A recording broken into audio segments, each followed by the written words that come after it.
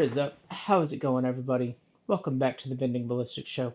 So, I have a little bit of industry news today to talk about that isn't really being covered by very many channels, and it's going to have a huge impact on a lot of the firearms industry. So, we know the Hearing Protection Act and the Short Barrel Act, or whatever, got kicked out. This is nothing to do with politics, nothing to do with a right side or a left side demographic of politics. This goes to do with a manufacturer. So, Anderson Manufacturer has officially sold to Ruger. Ruger has acquired Anderson Manufacturing, and Ruger has put out that the Anderson Manufacturing name is no more. So, those of us that own Anderson Manufacturing, rifles, pistols, whatever have you, it's no more. These are now collector's items and another gun manufacturer going away. But my question comes into what happens to all the companies that Anderson Manufacturing produces for, i.e., BCM, uh, Wilson Combat Gas Rifles, uh, some high end rifles. I mean, Anderson is one of the biggest OEM manufacturers in the entire industry. So now we're left with 4 to 5 manufacturers left right now, which is you have Twin Rivers up in, or Twin Lakes Manufacturing up in Minnesota.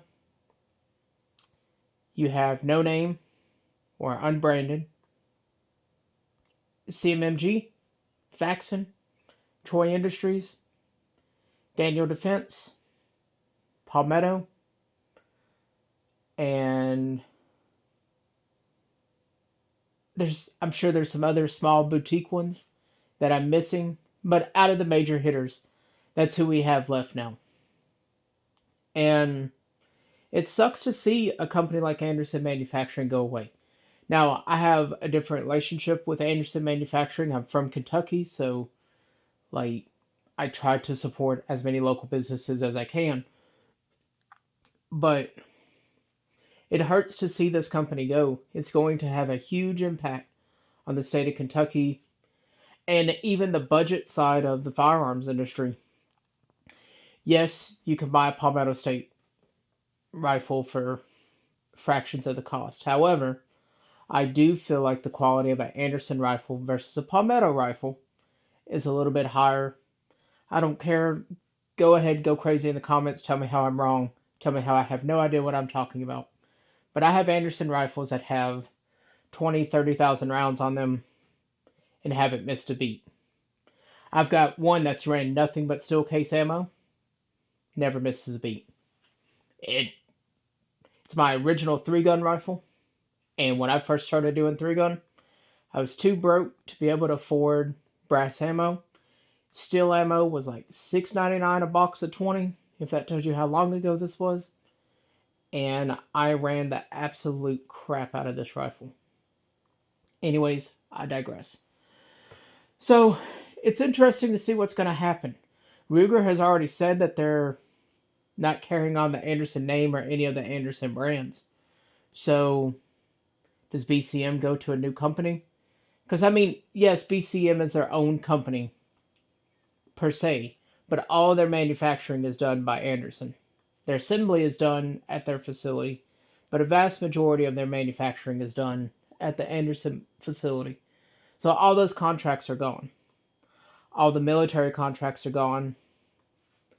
So who's picking up the slack in the industry? This is what nobody's talking about.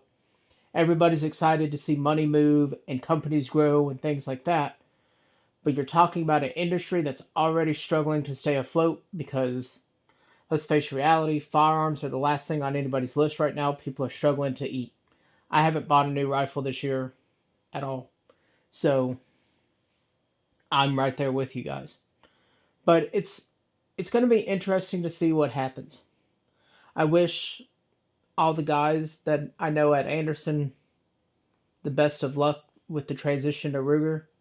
I hope it's smooth and I hope it's great for these guys that are going to continue to work there. But it's a hard transition. As somebody that's worked with a company that sold out before, it's a very, very hard transition to continue on with a company after it's sold out. Because a lot of things change. Policy changes, insurance changes, uh, benefits change. And I'm not talking about healthcare benefits. I'm talking like 401ks change, your retirements change, your vacation time changes. Granted, you're a vested employee with this company, but now you're no longer vested with this company. All this stuff starts all over again. It creates a mess for a lot of people. But I hope that the Anderson guys and gals that are up there continue to excel, and maybe they'll bring up Ruger's quality. I hope to see it happen, but it's sad to see the Anderson manufacturing brand go away.